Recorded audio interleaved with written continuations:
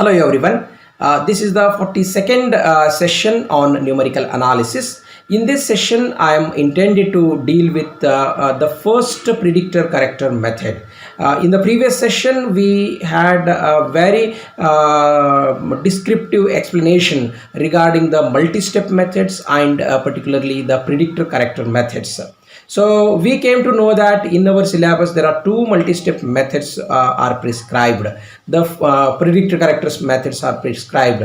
The first is Adams-Bashforth method and the second one is Mylan's method, Mylan's predictor corrector method or Mylan-Simpson predictor corrector method. So now my intention is to deal with the first method, that is the Adams-Bashforth predictor corrector method. So what actually this Adams-Bashforth predictor corrector method is, let us see. This is a fourth step predictor corrector method. I have told you that in order to compute the value of y at a particular step, more than one previous values of the unknown are required in the multi-step methods. So if it is a k-step predictor corrector method, if it is a k-step predictor corrector method, we require k number of previous values of y. However, Adams-Bashforth method, you are reading the sentence over here. Adams-Bashforth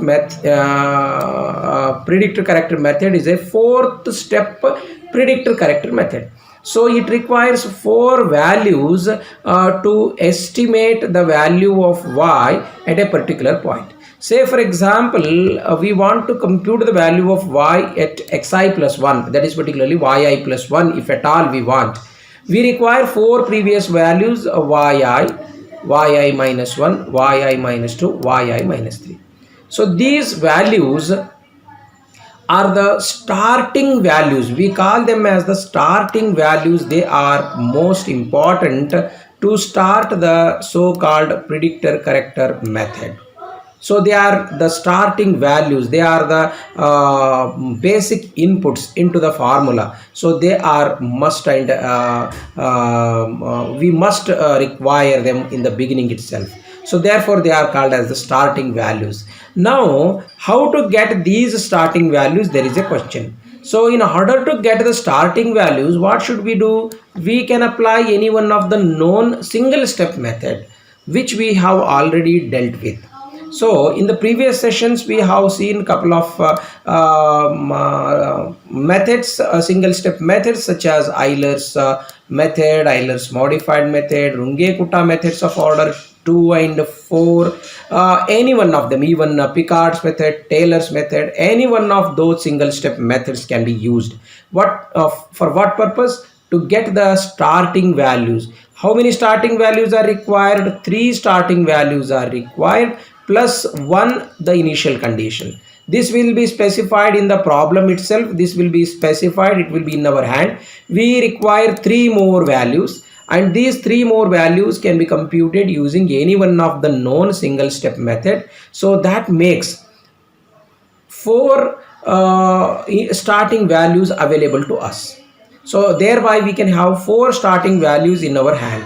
So these 4 values can be used to perform this predictor corrector process. That is, we can move on to the predictor formula with the help of these 4 formulae, and we can predict the value. We can get the initial approximation to the desired solution. That is the predictor formula. And what actually the predictor formula is in the case of Adams-Bashforth method, we are now going to derive it. That is the thing I wanted to tell you in the beginning as a basic. Now let us move on to the derivation. So how to derive the predictor formula? First of all, in this session I will be deriving only the predictor formula of the Adams-Bashforth method. And then in the next session I will consider the corrector formula. That is the second point. So now let us consider the given initial value problem. The given first order initial value problem, as all of you know, it consists of first order ODE, ordinary differential equation, which is like this, with a single initial condition, because only one initial condition is required because the order of the differential equation is 1. So what is the initial condition? All of you know the value of the unknown at a single point, that is y at x naught, that is equal to y naught. In other words, we can say that y value at y value is y naught at the point x value equal to x naught. So this initial condition is being given to us. That is, one starting value is now we have in our hand. That's what. And three more essential values can be obtained from the single step method. That is second, another issue. We will not now speak of that. We will simply derive the correct predictor formula. To get the predictor formula, we will simply integrate this equation 1. That is the ordinary differential equation which is given to us. That should be integrated with respect to x between the limits xi and xi plus 1. That is to be integrated. So before going to integrate, we can do some separation of that is symbols. We can say dx, we want to take it on the right hand side, and only dy, let it be on the left hand side. So that separation of symbols we have done here. Dx we kept here, dx has been cross multiplied and it has came with the RHS, whatever RHS is there, with that dx has now come. Now let us integrate this between the limits xi and xi plus 1. So now you can ask me a question here that this is the integration with respect to y, and the limits must be specified for y. Why these are specified for x? That may be the question, but I can say you here that y, which is a function of x, y which is a function of x, y is y of x. So y is a function of x, and at that place of x, if you take this limits x equal to xi, you will definitely get yi. That's all. So it is nothing but you are taking the limits for y itself on the left hand side. There is no confusion. Very straightforward. I hope you understood. So therefore here the first step is to integrate between the limits with integrate between the limits xi and xi plus 1. So we are having here on left hand side integration of 1 with respect to y, lower limit xi, upper limit xi plus 1. RHS is f of x comma y, and integration we are taking dx with respect to x. It means limits lower limit, upper limit we have. Now we can integrate 1 with respect to y. Answer is y. Actually y is a function of x. All of you should understand. Y is a function of x. The lower limit is xi and the upper limit is xi plus 1. And here on right hand side, keep as it is. No, don't do anything. Keep it as it is right now. Now you substitute the upper limit here, xi in place, xi plus 1 in place of xi. You will get y of xi plus 1 minus lower limit xi, you substitute in place of x, you will get y of xi. Again keep the right hand side as it is. Don't do anything right now. Next, what is the value of y at xi plus 1? All of you know y at xi plus 1 is yi plus 1. This is very straightforward. And y at xi is yi. That is again known to all of us. Again the right hand side maintained as it is without doing anything to that right now. Next, let us take this yi to the other side. We want only yi plus 1. We are intended to find this yi plus 1. All of you know. So let us keep this value yi to the other side. So it will become plus yi. That's what I have done over here. You can observe. Other things are the same. I have taken the right hand side, yi to the right hand side, and now I am having yi plus 1 equals to yi plus something, some increment. So now this will become predictor formula if I can address to this term, if I can tell what this term actually is. So I am intended to evaluate that right hand side second term. The first term will be obtained. It is one of the previous values, and we have told that there are 4 starting values. They will be in our hand. We can use the previous one yi, and we can put there numerical value. There is no difficulty, but there is a difficulty with the second term on the right hand side. The second term on the right hand side of the above equation cannot be determined so easily because it contains the unknown dependent variable y. So here y is the dependent variable which is the unknown. It is present in that particular integration. So how can we proceed? It is little bit difficult. We cannot directly do it. So in order to do that, however, we have one convenience. What is that convenience? Newton's interpolation. Newton's interpolation formula we are having in hand. Particularly at this point, we are using the Newton's backward interpolation formula. We are using the Newton's backward interpolation formula. For example, f of x comma y, Newton's interpolation formula for f of x comma y at the point xi yi. Then we will be having fi, the first point, plus r into the coefficients. I hope you recall at this point of time. What are the coefficients of backward interpolation formula? They are 1, here r into r plus 1 divided by 2 factorial. Here r into r plus 1 will be there. In addition, r plus 2 will be there. Divided by 3 factorial, there are 3 terms, 3 factorial. And fourth term will be r plus 1, r plus 2, r plus 3 divided by 4 factorial. Total 4 terms divided by 4 factorial. And in the first term, there will not be any difference. Zeroth order difference, no difference at all. In the term which is at the second place, that is which is having r to the power 1, we are having del fi. So that is nothing but the first order backward difference. And in the second term where we are having second degree r, that is r square term, it will be del square fi, that is the second order difference. Here third order difference, and so on and so forth. So this is the so-called Newton's backward interpolation formula. Now here what actually this Fi stands for. Just now I told you this Fi stands for f at xi yi. That is the thing. Because yi is known, it is one of the previous values given to us, known to us, that is the out of 4 starting values, yi will be the one of them. So yi will be there, xi is already there. So f at xi yi can be calculated. In other words, we can say that this Fi is known. Now r is nothing but what? R is nothing but it can be calculated by using this expression.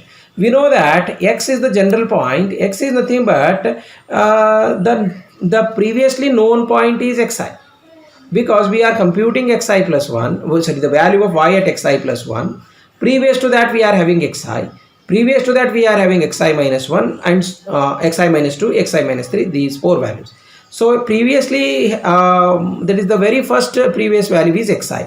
So therefore we will take in terms of xi, we will speak in terms of xi. So the value of x, which is the general point, we consider it as xi plus rh. So this r is the unknown. Because x will be known, xi will be known, therefore x minus xi divided by this h, that will also be known to have this r. So r will be now read as x minus xi divided by h. This is the formula for getting this value r, which is present everywhere. Now in this, at this point of time, as x is the unknown, as x is the variable, the new symbol r must also be this variable. That we have to keep in mind. So I will speak about that later on. Now what we will do, we will substitute this particular thing in the before going to substitute, let us simplify this. So if you simplify, what happens? What is the simplification mean here? Simplification means that multiplication of these brackets. So if we multiply, we get this thing. If we multiply these 3 terms, we get this thing. That's all. 3 factorial is 6, 2 factorial is 2. That's all. Other things are kept same. There is no problem. And one more thing I want to tell you. I can substitute this value at the integrand place in this particular integral. In this place, I can use that formula which I have now derived from the Newton's backward interpolation process. So that I can substitute it over here. Thereby I can eliminate totally the x. If at all I eliminate x, dx should also be addressed, dx should also be changed. So dx should be changed to dr, because the new variable which is arising here is r. These are all the known quantities, del fi, del square fi, del cube fi. They are all the differences. They can be obtained from the difference table. They are the known values. So only variable here is r. Since it was x here, now R will be the new variable which is coming into the picture. I have to change dx to dr. So how to change it? Again, I will be using the same expression xi plus rh. X is equal to xi plus rh. That means that dx is equal to differential of the left hand side is dx, right hand side if I take the differential 0, the first term is constant, xi is some value, it is 0, r is a variable, it will become dr, h is a constant number, it remains as a constant. So constant into variable, constant you keep as it is, r differential is dr. So now in place of dx we can substitute h dr, that is over. And also the limits of integration must be changed. Earlier limits were for x, now they have to change it for r. The lower limit, you please observe what I am saying. I am saying with respect to this equation number 2. Now equation number 2. Now I have addressed what f is with the help of backward interpolation formula. I have even told what dx is. Dx is h dr. So in terms of r, everything is there now. Well, now these limits were in the beginning they were for x, because the integration is with respect to x, therefore limits were for x. So when x is equal to xi, what should be the value of r? That I should tell. When x is equal to xi plus 1, what should be the value of upper limit in terms of r? That I should tell. So that's what I am doing over here. You please watch here. This is the thing I am having over here. When x is equal to xi, when you substitute x is equal to xi here, what happens? Xi and RHS is this thing as it is. So this xi cancels with this xi. So here on LHS it remains 0. 0 is equal to RH. 0 is equal to RH, or RH is equal to 0, you can say. So when RH is equal to 0, H cannot be 0. So therefore only possibility is that R can be 0. That's what I got here. Lower limit is 0. Yes, I hope you agree. Now when x is equal to xi plus rh, what happens? You please see. When the upper limit is substituted, x is equal to xi plus rh. The same thing if I substitute it here in place of this LHS, xi plus rh. You can make some cancellations. Xi can be cancelled with this xi on RHS. Now what will be having in our hand? RH on LHS, RH on RHS. So R into H on the left hand side, same R into H is remaining on the right hand side. Now this H is non-zero quantity, you can divide on both sides, so H cancels out. So now what will be there in our just a minute, I have made a small mistake over here. Let me once again explain you. When xi is equal to xi plus 1h, xi plus h it is not xi, it is not xi plus rh. This is a mistake I have committed here, please excuse for that. Here it is xi plus 1.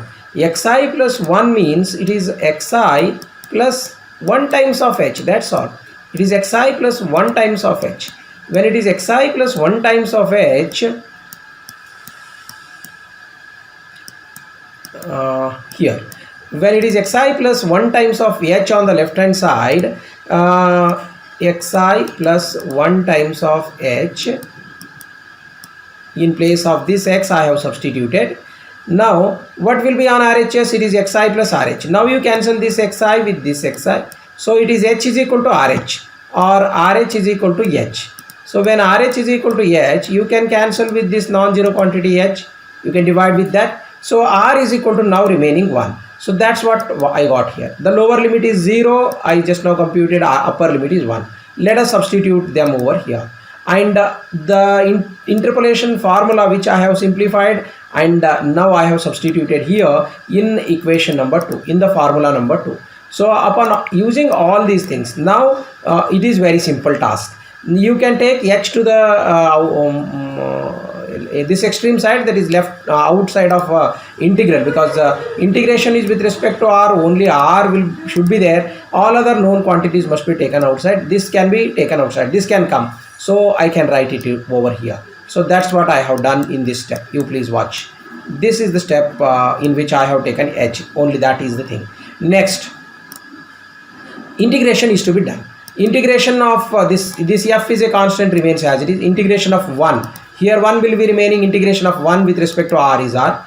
Integration of this quantity, this is r square plus r. In fact, r square plus r is r cube by 3 plus r square by 2. This 1 by 2 has been written here, 1 by 2 is here. So r square integration is r cube by 3, r integration is r square by 2. The limits should be 0 to 1. That we have to take. This is a constant kept as it is.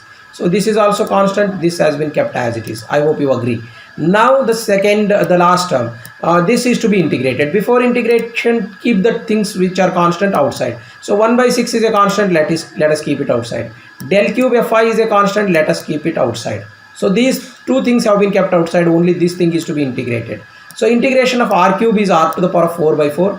Integration of r square is r to the power of 3 by 3. 3 outside here. So r cube by 3. 2 as it is. R integration is r square by 2. 2 integration 2 as it is, r square by 2 is the remaining thing. Now let us simplify and substitute the upper limit. Lower limit makes all the terms 0. When you substitute the upper limit and take LCM and simplify, you will end up with these coefficients. So here this will be only 1 into fi, that is fi. Here it will be 1 again, 1 into 1 by 2, that is 1 by 2 into del fi, that as it is. Now 1 by 2 into this will become 1 by 3 plus 1 by 2. Totally on simplification it gives us 5 by 12. And this entire bracket, after taking LCM and simplifying and multiplying with 6, it will give us 9 by 24 and other things as they are. So this is the simplified format. Now we can make use of the backward differences. We know the definition of backward difference. So what actually this backward difference is? This fi has been kept as it is here. This fi has been kept as it is. Now 1 by 2 as it is. Now the definition of backward difference, del fi. Del fi is fi minus 1. So del square fi is like this.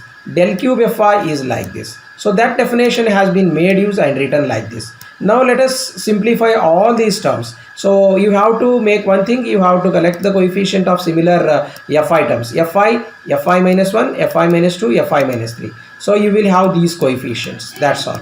This is the simplification process you can do by yourself. Now you take LCM, you first cancel the terms. You will have 55 by 4 and this after cancellation you will have 59 by 24 and this after cancellation you will have 37 by 24. Everywhere we are having 24 in the denominator. Why can't we have here also 24? So let us multiply numerator with 3, 9. Denominator with 3, 8 3s are 24. We are having 24 also here, so that we can take 24 outside here in the next step. So that's what I have done here. I have taken 24 outside. It is h by 24 into the remaining bracket. So now I can say that this is the required predictor formula. That's all. So I got this final expression.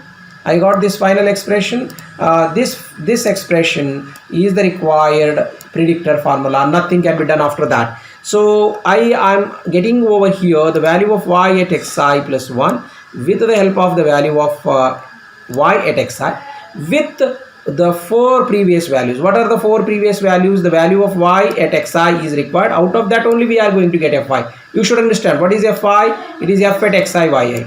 What is fi minus 1? It is f at xi minus 1 comma yi minus 1.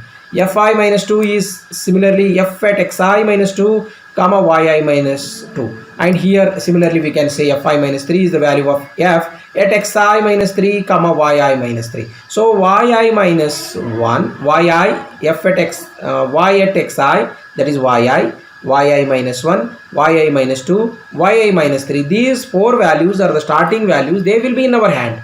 Substitute them, get the values of these fi minus 1, fi minus 2, fi minus 3. Substitute in this formula, you will get the required predicted value of the unknown y at xi plus 1. So since it is the predicted value, let us indicate it by the notation yi plus 1 with superscript p. So the most systematic form I have written here, you can see whatever I spoke just now, that has been written over here. You please once again have a look. LHS is yi plus 1 with the superscript p, that stands for predicted value, that is equal to yi into h by 24. Now this entire term is a increment over yi. So this increment is now very interesting, very important to remember. Here 55 is the coefficient, minus 59, 37, 9. They are all very different. Please try to remember them, memorize them. So here fi is remaining, f at xi yi. Here fi minus 1, that means f at xi minus 1 yi minus 1. Here fi minus 2, that is nothing but f at xi minus 2 yi minus 2. Here fi minus 3, that is f at xi minus 3 yi minus 3. So this is how we have derived the so-called predictor formula of Adams-Bashforth method. For your revision, you can have this textbook for your reference, very descriptively written there. Please refer the book. With this, let me stop now. Thank you one and all.